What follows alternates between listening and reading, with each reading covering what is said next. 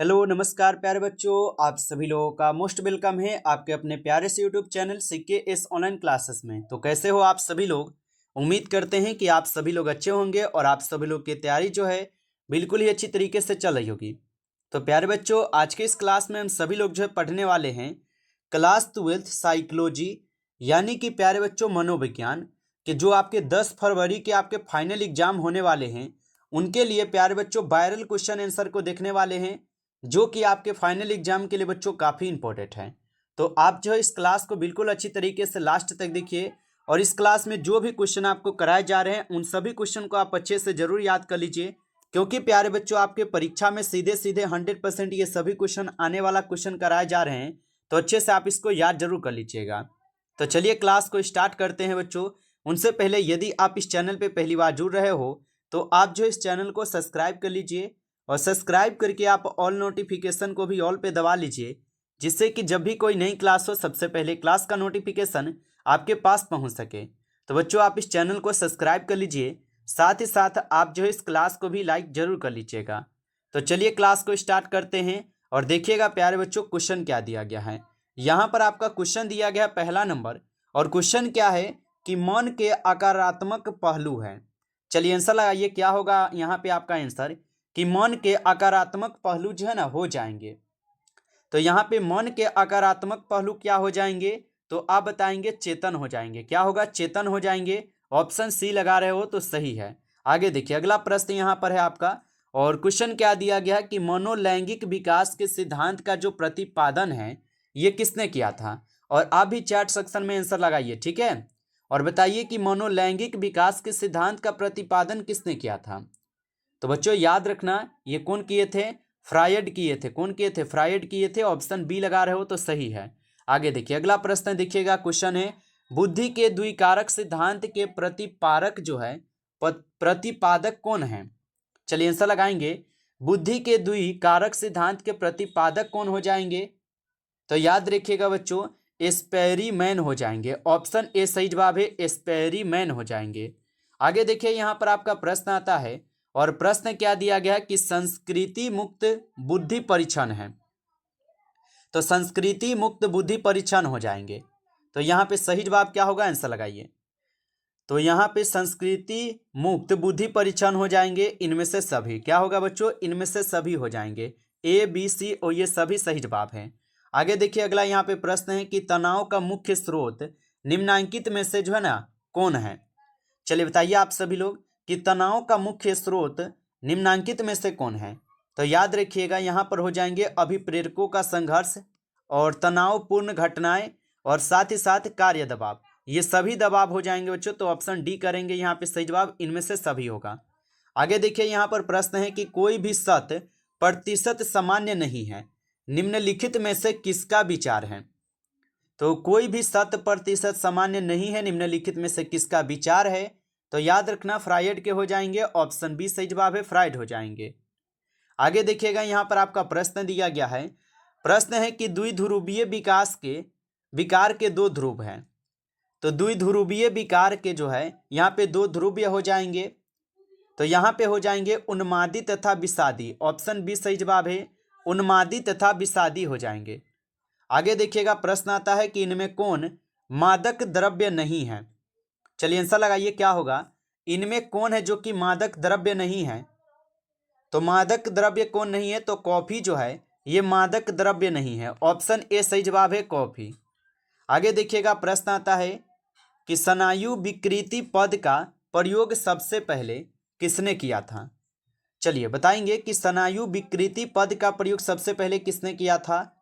तो याद रखिएगा विलियम कुलेन किए थे। कौन किए थे? विलियम कुलेन किए थे। ऑप्शन ए सही जवाब है।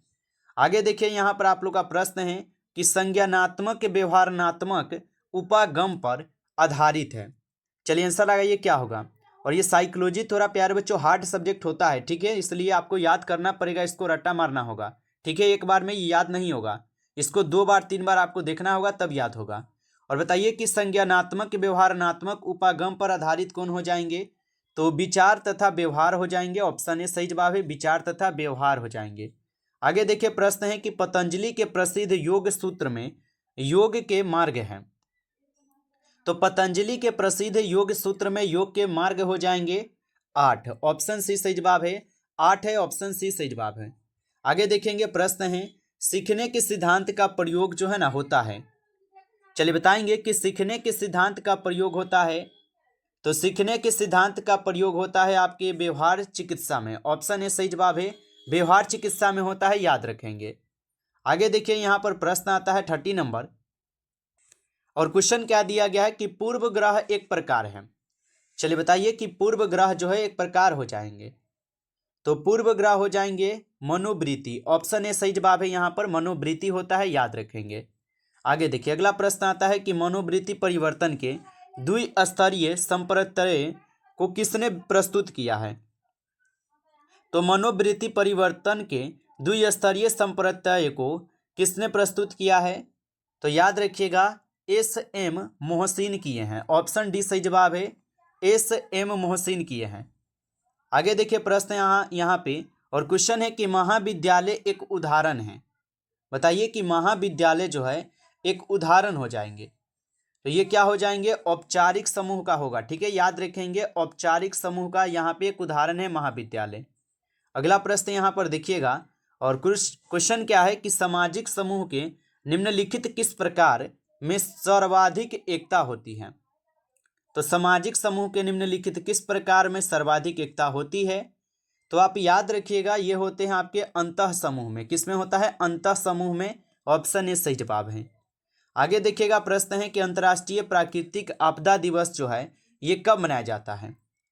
तो अंतर्राष्ट्रीय प्राकृतिक आपदा दिवस जो है ये कब मनाई जाती है। तो 13 अक्टूबर को मनाई जाती है। ऑप्शन सी सही जवाब है, 13 अक्टूबर। आगे देखिए प्रश्न आता है कि शुद्ध जल का पीएच मान है। बताइए कि शुद्ध जल का पीएच मान कितना होता है। तो शुद्ध जल का पीएच मान होता है यहाँ पे 7.4 होगा। ठीक है, यहाँ पे 4 भी हो सकता है, तो ऑप्शन यहाँ पे सी होगा। चलिए आगे देखते हैं। अगला प्रश्न यहाँ पर आता है कि कुंठा आक्रमण सिद्धांत का प्रतिपादन किसने किया था। लगाइएगा आंसर क्या होगा कि कुंठा आक्रमण सिद्धांत का जो प्रतिपादन है ये किसने किया था। तो याद रखिएगा डोलार्ड एवं अन्य किए थे। ऑप्शन ए सही जवाब है, डोलार्ड एवं अन्य किए थे। अगला प्रश्न देखेंगे कि स्याही धब्बा परीक्षण को किसने जो है ना विकसित किया था। तो स्याही धब्बा परीक्षण को किसने विकसित किया है। तो याद रखिएगा रोसार्क किए हैं। कौन किए थे, रोसार्क। ऑप्शन ए सही जवाब है। आगे देखेंगे यहाँ पर आपका प्रश्न है कि कथानक आत्मबोध परीक्षण में सदा कार्ड की संख्या कितनी होती है। तो कथानक आत्मबोध परीक्षण में सदा कार्ड की संख्या कितनी होती है। तो याद रखिएगा 1 होती है। ऑप्शन बी सही जवाब है, 1 होती है। अगला प्रश्न यहाँ पर आपका आता है कि टाइप ए एवं टाइप बी व्यक्तित्व का प्रतिपादन जो है किसने किया था। चलिए आंसर लगाइए क्या होगा। और बच्चों लाइक नहीं किए हो तो आप इस क्लास को एक बार लाइक जरूर कर लीजिएगा, और नए स्टूडेंट जुड़े हो तो आप सब्सक्राइब करके ऑल नोटिफिकेशन को भी ऑल पे दबा के आप जुड़ जाइएगा, ताकि बच्चों जब भी क्लास हो नोटिफिकेशन आपके पास पहुंच जाए। तो आप लाइक और चैनल को सब्सक्राइब जरूर कर लीजिए। और बताइए कि टाइप ए एवं टाइप बी व्यक्तित्व का प्रतिपादन जो है ना किसने किया था। तो यहाँ पर आपका सही जवाब हो जाएंगे फ्रीडमैन। ऑप्शन ए सही जवाब है, फ्रीडमैन किए थे, याद रखिएगा। अगला प्रश्न देखिएगा, क्वेश्चन है कि संवेदनात्मक बुद्धि पद का जो परिचय है ये किसके द्वारा कराया गया। तो संवेगात्मक बुद्धि पद का परिचय किसके द्वारा कराए गए हैं। तो ये कराए गए हैं सैलुबो तथा मेयर के द्वारा। ऑप्शन बी यहाँ पे सही जवाब है, याद रखेंगे। अगला प्रश्न देखिएगा, क्वेश्चन है कि स्टैनफोर्ड बी ने स्केल का प्रथम संशोधन जो है ये वर्ष है। तो स्टैनफोर्ड बी ने स्केल का प्रथम संशोधन वर्ष हो जाएंगे 1916 में। ऑप्शन ए सही जवाब है, 1916 होगा। आगे देखिए यहाँ पर आपका प्रश्न है कि GAS की किस अवस्था में व्यक्तित्व बीमार हो जाता है। तो GAS की किस अवस्था में व्यक्तित्व बीमार हो जाता है। तो ये परिश्रांति में हो जाते हैं, परिश्रांति में। ऑप्शन सी सही जवाब है। अगला क्वेश्चन देखिएगा, क्वेश्चन है निम्नलिखित में से कौन मनोविकृति है। चलिए आंसर लगाइए कि निम्नलिखित में से कौन है जो कि मनोविकृति है। तो मनोविकृति हो जाएंगे मनोविदालता। ऑप्शन बी सही जवाब यहाँ पर मनोविदालिता होगा, आप याद रखेंगे।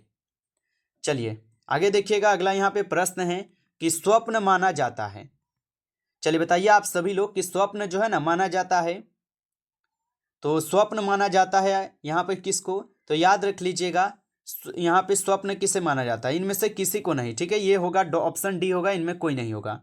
चलिए आगे देखते हैं।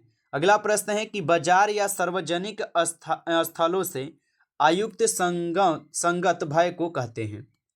तो बाजार या सार्वजनिक स्थलों से अयुक्त संगत भय को क्या कहते हैं? तो इसको कहते हैं यहाँ पे क्या? ऑप्शन सी हो जाएंगे इंगारा फोबिया। ऑप्शन यहाँ पे आप लोग का सी सही जवाब है, इंगोरा फोबिया कहते हैं। आगे देखिए प्रश्न है कि परामर्शन के तत्व है। बताइए कि परामर्शन के तत्व हो जाएंगे, तो याद रखिएगा ऑप्शन डी हो जाएंगे, इनमें से सभ्य हो जाएंगे। आगे देखिए प्रश्न यहाँ पर आता है। बच्चों प्रश्न देखिए उनसे पहले आप लोग एक बार लाइक और चैनल को सब्सक्राइब जरूर कर लीजिए। और नोट्स अगर आप लेना चाहते हो कि आपको नोट्स मिल जाए बिल्कुल आपको आसान से आसान भाषा में, क्योंकि बच्चों आपको भी पता है साइकोलॉजी यानी कि मनोविज्ञान कितना हार्ड सब्जेक्ट है, बहुत ज़्यादा हार्ड है। और यहीं अगर आप देखेंगे तो इसमें मतलब इतना इंपॉर्टेंट और सेलेक्टेड क्वेश्चन आप नहीं बना पाएंगे। इसलिए आपको अगर वो क्वेश्चन चाहिए तो आप इस नंबर पे एसएमएस करके ले सकते हो, ठीक है। आप इस नंबर पे मैसेज करेंगे और बोलेंगे कि सर हमें नोट्स चाहिए, ठीक है। तो आप सभी लोग इस नंबर पे एसएमएस करके ले सकते हो, जितना सब्जेक्ट का आपको लेना हो आप ले सकते हो, ठीक है। इसका थोड़ा आपको पेमेंट लगेंगे, आप पे करके इसको ले सकते हो, ठीक है। चलिए आगे देखते हैं। और अगला प्रश्न यहाँ पर आता है आप सभी लोग का कि भारतीय मनीषी पतंजलि का नाम संबंध है। तो भारतीय मनीषी पतंजलि का नाम और संबंध हो जाएंगे क्या? तो आप सभी लोग जो है याद रखिएगा योग से होगा। पतंजलि तो आपको ऐसे ही याद हो जाएगा, पतंजलि क्या है? तो योग से हो जाएंगे, ऑप्शन डी है रामदेव बाबा। अगला प्रश्न है गेस्ट टॉल्स चिकित्सा का प्रतिपादन किसने किया? तो गेस्ट टॉल्स चिकित्सा का जो प्रतिपादन है ये फ्रेडरिक मोनिच के द्वारा की जाती है। ऑप्शन ए सही जवाब है, फ्रेडरिक मोनिच के द्वारा। अगला प्रश्न आता है कि सड़क बांध आदि उदाहरण है। चलिए आंसर लगाइए कि सड़क बांध आदि उदाहरण है। तो सड़क बांध आदि उदाहरण हो जाएंगे निर्मित पर्यावरण। ऑप्शन ए सही जवाब है, आप सभी लोग याद रखेंगे। अगला प्रश्न आता है आप सभी लोग का यहाँ पे कि 5 जून को निम्नांकित में से कौन दिवस जो है ना मनाया जाता है? तो 5 जून को निम्नांकित में से कौन सा दिवस मनाया जाता है? तो याद रखेंगे विश्व साक्षरता दिवस नहीं, साक्षरता दिवस नहीं मनाते, विश्व पर्यावरण दिवस मनाते हैं। ऑप्शन सी होगा, विश्व पर्यावरण दिवस मनाते हैं। अगला प्रश्न है निम्न में से कौन मानव निर्मित आपदा है? चलिए बताइए कौन यहाँ पे मानव निर्मित आपदा है? युद्ध, महामारी, सुनामी या इनमें से कोई भी नहीं? तो आपको पता है युद्ध जो है ये एक दूसरे के मतलब कि इंसान में ही होता है, तो ये तो ऑप्शन ए हो जाएंगे, क्योंकि युद्ध क्या है? ये मानव निर्मित आपदा है। तो ऑप्शन ए को यहाँ पे हम लोग सही जवाब करेंगे। ये सब क्या है? ये सब हो जाएंगे आपके प्राकृतिक आपदा, ठीक है। सुनामी है, महामारी है, ये सब ये क्या है? तो प्राकृतिक आपदा है। चलिए आगे देखेंगे। प्रश्न है मनोवृत्ति निर्माण को प्रभावित करने वाले कारक हैं। तो मनोवृत्ति निर्माण को प्रभावित करने वाले कारक हो जाएंगे बच्चों यहाँ पर परिवार और सकूल वातावरण, ये सही है। संदर्भ समूह, ये भी सही है। व्यक्तिगत अनुभव, ये भी सही है, यानी कि यहाँ पे सभी है, ऑप्शन डी होगा। नमस्कार बच्चों, इस क्लास में टॉप 35 क्वेश्चन थे, ठीक है। अगर आपको क्लास अच्छा लगा हो बच्चों तो आप जो है ना इस क्लास को जरूर लाइक कर लीजिएगा। और चैनल पे पहली बार जुड़े हो तो आप सब्सक्राइब करके और नोटिफिकेशन को दबा लीजिएगा। और नोट्स के लिए आपको बता दिए हैं कि यही नंबर है, आप लोग को व्हाट्सएप पर एसएमएस करना है और बोलना है कि सर हमें नोट्स चाहिए, ठीक है। और आप लोग को पता होना चाहिए प्यारे बच्चों एग्जाम का समय भी बहुत कम बचा है, अब तो मानिए 1 महीना ही बचा है, ठीक है। और इतना समय में आप लोग को अगर गेसिंग क्वेश्चन नहीं पढ़ लेते हो, 10-20 क्वेश्चन भी अगर सब्जेक्टिव में अगर पढ़ लोगे तो तैयारी में आप लोग का कुछ हो जाएगा, ठीक है, जान हो जाएगा और आप कुछ लिख पाओगे, ठीक है। इसलिए आप जरूर एक बार लेकर पढ़ लेंगे। वही एक सब्जेक्ट का आपको 30 रुपये लग रहे हैं, ज़्यादा नहीं है, जिसमें सब्जेक्टिव और ऑब्जेक्टिव दोनों रहेगा, ठीक है। तो आप चाहें तो ले सकते हो, इस नंबर पर एसएमएस करके आपकी इच्छा आप ले सकते हो। चलिए फिर मिलते हैं आपसे एक नेक्स्ट टॉपिक के साथ बच्चों नेक्स्ट क्लास में। तब तक के लिए सभी प्यारे बच्चों को टेक केयर, अच्छी तरीके से तैयारी आप करते रहेंगे।